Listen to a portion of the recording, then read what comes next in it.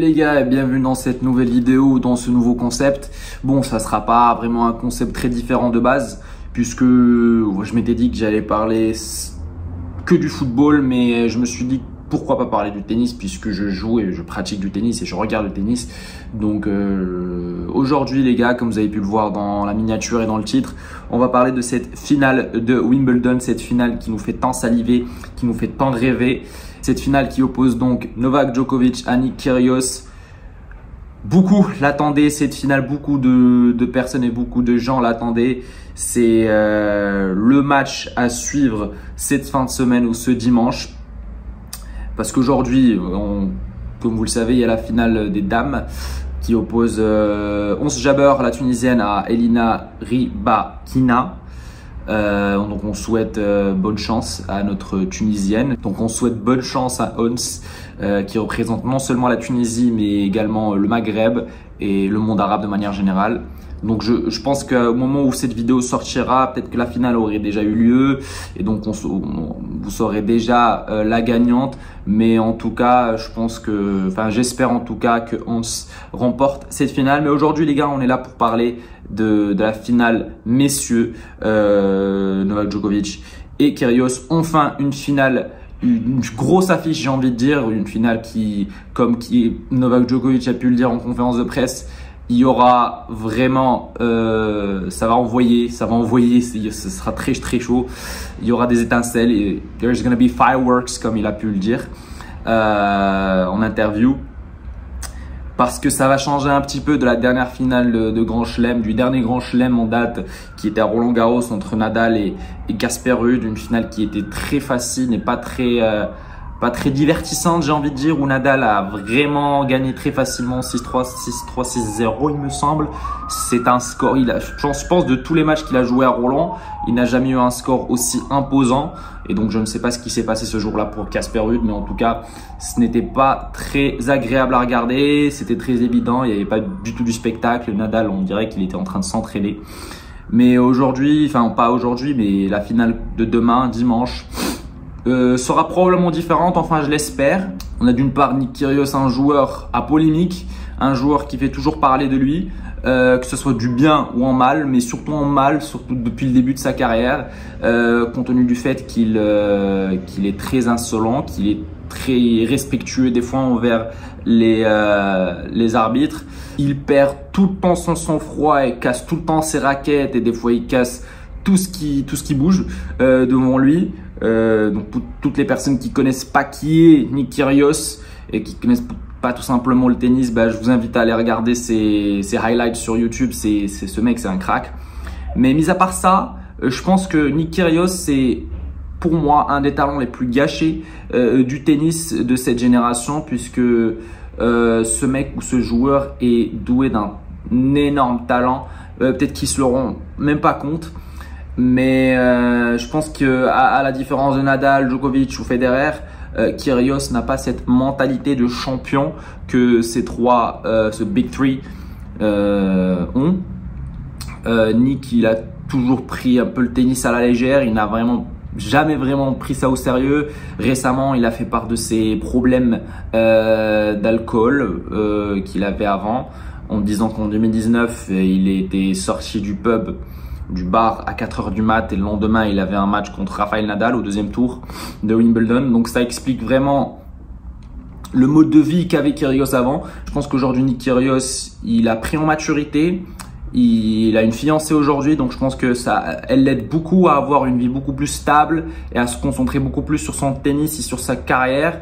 Et ça s'explique tout simplement par ses résultats extraordinaires lors de ce Wimbledon, en atteignant pour la première fois de son histoire, de sa vie, de sa carrière, en atteignant la finale d'un Grand Chelem. Et je pense que c'est une énorme fierté pour lui et pour toute sa team d'être en finale de ce Grand Chelem historique.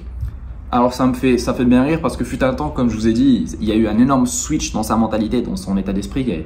Et fut un temps, il disait vraiment ouvertement qu'il ne va jamais atteindre une finale de Grand Chelem, ou qui n'est pas fait pour atteindre une finale de Grand Chelem, mais aujourd'hui il le fait. Ça explique le changement de mentalité, d'état d'esprit qu'il a eu et cette maturité qu'il a pris Nick. Et donc, si on se met à comparer le style de jeu de Nick Kyrgios à Novak Djokovic, je pense que Nick Kyrgios, il est très spécial, c'est un joueur très spécial. Déjà, c'est un joueur qui a un très gros service, un des meilleurs services au tennis aujourd'hui, des plus gros services, pardon. Et le fait qu'il ait ce plus gros service, ça lui permet de varier ses services, le laissant des fois faire le service cuillère. Pour ceux qui ne savent pas, le service cuillère, c'est ne pas faire le mouvement de service par-dessus la tête, mais plutôt de le commencer en bas et de surprendre l'adversaire. Et ça finit souvent par des aces, on va dire, puisque l'adversaire ne peut pas vraiment renvoyer la balle. Et des fois, ça agace certains de ses adversaires, comme on a pu le voir face à Tsitsipas, qui a commencé à lui envoyer des balles directement au corps. Et franchement, moi, ça ne m'agace pas du tout, mais plutôt ça me divertit. Je pense que ça divertit pas mal de personnes. Et même si on sait très bien que Nick Kyrgios avait toujours une réputation assez sale dans le milieu du tennis, aujourd'hui à Wimbledon, on a remarqué qu'il a gagné beaucoup en popularité, puisque les gens ont compris qu'il ne s'agit pas de s'attarder à sa personnalité qui est assez spéciale, mais plutôt à son tennis qui est assez divertissant. Et les gens, c'est ce qu'ils veulent voir. Ils payent leur billet pour aller voir un match de Kyrgios à Wimbledon. Ils veulent pas voir quelqu'un bien se comporter ou quoi que ce soit. Ils viennent pour voir du spectacle. Certes, oui, le comportement au tennis représente beaucoup. C'est un des sports où il faut vraiment avoir du fair play, où il n'y a vraiment pas de contact physique entre les joueurs, où il doit y avoir un énorme respect, que ce soit entre les joueurs ou entre les joueurs arbitres. Mais c'est vrai que Kyrgios, c'est un joueur qui ne respecte rien, tout simplement, mais c'est ce qui fait de lui un joueur spécial et qu'on l'aime ou qu'on le déteste, s'il est comme ça. Et il y en a que ça les divertisse, il y en a ça les divertit pas du tout, et c'est comme ça. Puis deuxième point fort de Kyrgios, c'est que à l'instar de son service, son jeu est aussi spécial, puisqu'il peut vraiment varier énormément ses coups. Il n'a pas un jeu classique d'un joueur de tennis qui va jouer avec un coup droit et un revers et des slices. Non, le Kyrgios, il va jouer avec coup droit, revers, slice, des twinners entre les jambes, des twinners à la volée.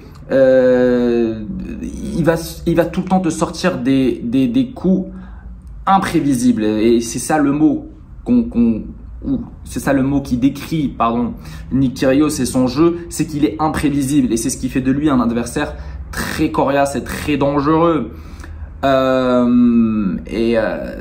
C'est pas pour rien qu'il a quand même battu pas mal de fois Roger, Nadal et Djokovic, mais il a surtout battu Djokovic 2 fois.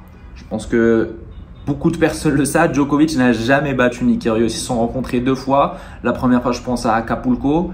Nick Kyrgios, a battu Djokovic. Et puis la deuxième fois, Indian Wells, ou peut-être le contraire, je ne me rappelle plus. Mais en tout cas, Nick Kyrgios a battu 2 fois Djokovic. Et je pense que là, Djokovic a enfin une chance de pouvoir battre Nick Kyrgios. Certes, l'affiche aujourd'hui est plutôt différente parce que c'est une finale de Grand Chelem et pas n'importe lequel à Wimbledon. Ce n'est pas pareil que Indian Wells ou Acapulco.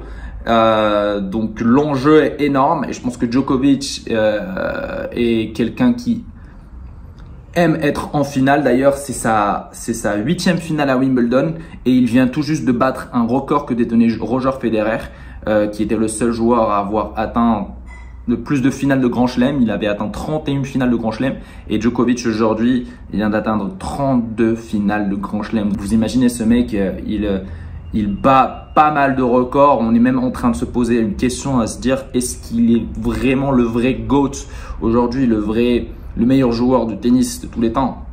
Parce que c'est vrai qu'on a toujours dit que c'était Federer, parce qu'on aime tous Federer, que ce soit parce que c'est un joueur qui est adorable, que ce soit de par sa personnalité, mais de par aussi son style de jeu qui est très spectaculaire aussi et tu as l'impression que c'est très simple. C'est comme quand tu regardes Lionel Messi dans le football, tu as l'impression que c'est un jeu simple, c'est un jeu pur, mais c'est très difficile à reproduire. Il n'y aura pas un deuxième Lionel Messi comme il n'y aura pas un deuxième Roger Federer. Mais en termes de record, je pense que Djokovic est en train de prendre le dessus sur Roger. Même s'il y a une petite bataille avec Rafa, puisque Rafa a plus de grands chelems, mais Djokovic a plus de Master ATP, Federer a plus de trophées en total. Donc le débat est encore ouvert entre le Big Three, comme on les appelle. Mais je pense qu'aujourd'hui Djokovic a atteint un niveau où il est vraiment très difficile à battre. Et je ne sais pas comment Nick Kyrgios va s'y prendre cette fois-ci. Puisque bon, comme on a pu le dire, Nick Kyrgios l'a battu 2 fois et Djokovic l'a jamais battu. On doit quand même dire que si Djokovic joue son meilleur tennis, il est très difficile à battre parce que c'est un joueur qui n'a pas de point faible. C'est un joueur qui n'a pas de point faible. C'est pas un joueur qui, on va dire, non, il a un mauvais service, non, son point faible c'est le revers. Non, c'est un joueur qui peut te martyriser par n'importe quel coup. Et c'est aussi un joueur qui a un énorme mental. J'avais vu une photo récemment où on a vu que Djokovic avait remporté, je pense, 4 grands chelems où il était mené largement et où le joueur contre qui il jouait avait des balles de match et des balles de championship, comme on dit. Et il a finalement réussi à se surpasser, réussi à revenir dans le match et à renverser le match et à remporter ce trophée-là et le match en l'occurrence. C'est ce qui explique le mental de ce joueur. Et le dernier match qui me vient en tête, c'est la finale de Wimbledon en 2019. Moi, peut-être qu'il y en a qui le savent, je suis un très grand fan de Federer.